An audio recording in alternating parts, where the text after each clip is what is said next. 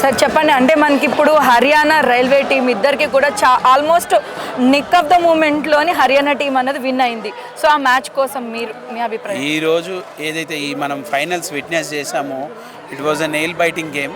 ఎందుకంటే స్టార్టింగ్ నుంచి కూడా హోరాహోరీగా జరుగుతున్నటువంటి గేమ్లో ఒక టీమ్ స్పిరిట్ తోటి ఆడినటువంటి టీం గెలిచింది ఈరోజు. ఎందుకంటే ఇండియన్ రైల్వేస్లో ఆల్మోస్ట్ 6 మెంబర్స్ మన ఇండియా టీంకి ఆడేవాళ్ళు ఉన్నారు. అయినా కూడా ఈరోజు హర్యానా ఎందుకు గెలవగలిగింది అని అంటే ఒక టీమ్ స్పిరిట్, ఒక కాన్సన్ట్రేటెడ్ తోటి వాళ్ళు చూపించినటువంటి గేమ్ వల్లనే ఈరోజు వాళ్ళు విన్నర్స్గా నిలిచారు. ఎందుకంటే కబడ్డీ అనేది స్కిల్తో పాటు ఒక టీమ్ మోటివేషన్ తోటి, ఒక టీమ్ మైండెడ్గా ఆడితేనే ఇది గెలుస్తుంది.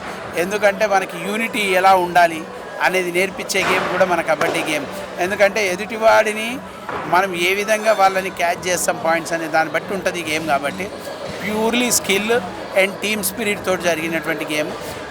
మనకి ఈరోజు 72వ సీనియర్ ఉమెన్ కబడ్డీ ఛాంపియన్షిప్ ఏదైతే గచ్చిబౌలి ఇండోర్ స్టేడియంలో జరిగిందో 4 డేస్గా మనకి 48 మ్యాచెస్ జరిగినాయి.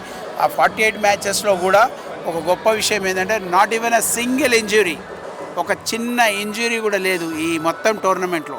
ఇది చాలా ఇది ఏంటంటే ఆర్గనైజింగ్ కమిటీకి పూర్తిగా ఇది క్రెడిట్ పోవాలి. ఎందుకంటే ఏ చిన్న పొరపాటు కూడా చేయకుండా గ్రౌండ్ కమిటీ కానివ్వండి, ఎక్కడ కూడా మనము చిన్న పొరపాటు చేయకుండా అన్ని కమిటీస్ తోటి సిస్టమేటిక్గా మనం ఈ యొక్క టోర్నమెంట్ నిర్వహించుకోవడం జరిగింది. దాంట్లో భాగంగానే మనం ఈరోజు ఈ రిజల్ట్ చూసాము. ఇప్పుడు నుంచి ఎవరైనా కానీ దీనికంటే బెటర్గా చేయాలనుకొని చూడాలి, కానీ దీనికంటే కిందికి పోదు. కాబట్టి రాబోయే రోజుల్లో ఉమెన్ కబడ్డీ అనేది చాలా బ్రహ్మాండంగా జరుగుతుంది. మనం చూస్తాము ఉమెన్ కబడ్డీ లీగ్ ఈ సంవత్సరంలోనే మనకి అది ప్రారంభమవుతుంది.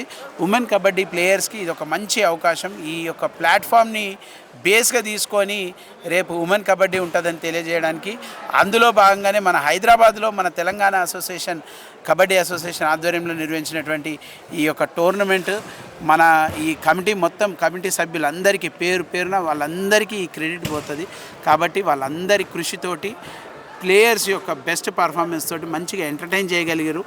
ఇది ఫస్ట్ టైం ఏంటంటే ఈ ప్లేయర్ స్టాట్స్ కూడా స్టార్ట్ చేయడం జరిగింది ఇదే టోర్నమెంట్లో. ఇంతకుముందు మనకి ఎప్పుడు కూడా ప్లేయర్ స్టాటిస్టిక్స్ తీసుకోకపోయేవాళ్ళు, ఇప్పటి నుంచి తీసుకున్నాం. ఇది ఎందుకంటే రేపు రాబోయే రోజుల్లో కబడ్డీ లీగ్ ఏదైతే జరగాలనో వాళ్ళ ప్రొఫైల్ ఉంటుంది. ఈ ప్రొఫైల్ని ఆధారంగానే వాళ్ళ యొక్క స్టాట్స్ తోటి వాళ్ళ యొక్క ర్యాంకింగ్ కూడా ఉంటుంది. కాబట్టి ఖచ్చితంగా ఇలాంటి మ్యాచెస్ మనం ఇలాంటి లీగ్స్ మనం ఖచ్చితంగా అతి త్వరలో చూస్తాం. ఇది కబడ్డీ అనేది ఎంత పైకి వెళ్తుంది అనడానికి ఈ యొక్క టోర్నమెంట్ బేస్ అవుతుంది అని చెప్పగానే చెప్తున్నాం. ఎందుకంటే 2 దశాబ్దాల క్రితట 2005లో ఏషియన్ గేమ్స్లో ఉమెన్ టీమ్ అలౌడ్ లేదు. ఎవరైనా చేస్తేనే ఎవరికైనా రావాలి అని అంటే అప్పుడు కాసాని జ్ఞానేశ్వర్ ముదిరాజ్ గారు 2005లో మొత్తం 18 కంట్రీస్ని పిలిపించి వాళ్ళకి ఆ రోజు 15 రోజులు 18 రోజులు నిర్వహించినటువంటి ఆ టోర్నమెంట్ నా భూతోన భవిష్యత్. అది జరిగిన తర్వాతనే women kabaddi teams all over across Asia అది అందులో ఇంప్లీట్ చేయడం జరిగింది. అప్పటి నుంచే మన వాళ్ళకి ఒక ఉమెన్స్కి కూడా అవకాశం వస్తుంది, మన ఇండియాకి ఒక గోల్డ్ వస్తుంది అనడానికి ఆ టోర్నమెంట్ అది హైదరాబాదే. ఈరోజు కూడా ఇదే హైదరాబాద్లో మనం మళ్ళీ ఒక ట్రెండ్ సెట్ చేసాం. దీన్ని ఇంకా పైకి చేయాల్సింది, ఇంకా అద్భుతంగా చేపించి ఇంటర్నేషనల్ స్టాండర్డ్స్కి ఎక్కడ కూడా తీసుకోకుండా ఒక ఈవెంట్ మేనేజ్మెంట్ ఏదైతే మనం ప్లాన్ చేస్తామో ఒక కార్పొరేట్ స్ట్రక్చర్లో ఈ యొక్క ఈవెంట్ జరిగింది. దానికి సహకరించినటువంటి ప్రతి ఒక్కరికి స్పోర్ట్స్ అథారిటీ ఆఫ్ తెలంగాణ కానివ్వండి, గవర్నమెంట్ ఆఫ్ తెలంగాణ కానివ్వండి, association, district associations, amateur kabaddi federation of India అందరి సంయుక్తమైనటువంటి భాగ్యస్వామ్యంతో ఈ యొక్క ఛాంపియన్షిప్ని నిర్వహించారు. అండ్ అదేవిధంగా ప్రభుత్వం తరఫు నుంచి మంత్రులను కూడా ఆహ్వానించడం జరిగింది. సో వారి నుంచి మీకు ఏమైనా హామీలు రావడం, అంటే ఉమెన్ కబడ్డీని ఇంకా ముందుకు తీసుకెళ్ళడానికి ఏమైనా హామీలు? ఈరోజు వాళ్ళు చూసినటువంటి మ్యాచ్ వాళ్ళు బాగా ఎంజాయ్ చేశారు. వాళ్ళు గవర్నమెంట్లో ఉన్నారు కాబట్టి గవర్నమెంట్ ప్రోత్సాహంతో ఏదైనా జరుగుతుంది.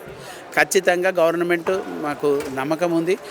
ఖచ్చితంగా రాబోయే రోజుల్లో గవర్నమెంట్ అనేది క్రీడలకి మరీ ముఖ్యంగా ఎక్కువ పెద్దపీట వేసి వాళ్ళకి మంచి ఫండ్ ఇచ్చి వాళ్ళకి ఇన్ఫ్రాస్ట్రక్చర్ తయారు చేయగలిగితే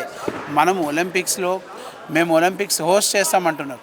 ఇన్ఫ్రాస్ట్రక్చర్ రావాలి, దానికి తోడుగా మనకి క్రీడాకారులు అథ్లెట్స్ తయారవ్వాలి కాబట్టి వాళ్ళు ఎక్కువ బడ్జెట్ ఎలొకేషన్స్ చేసి స్పోర్ట్స్ని ఎంకరేజ్ చేస్తే తప్ప మనకి ఇలాంటి అవకాశం ఉండదు.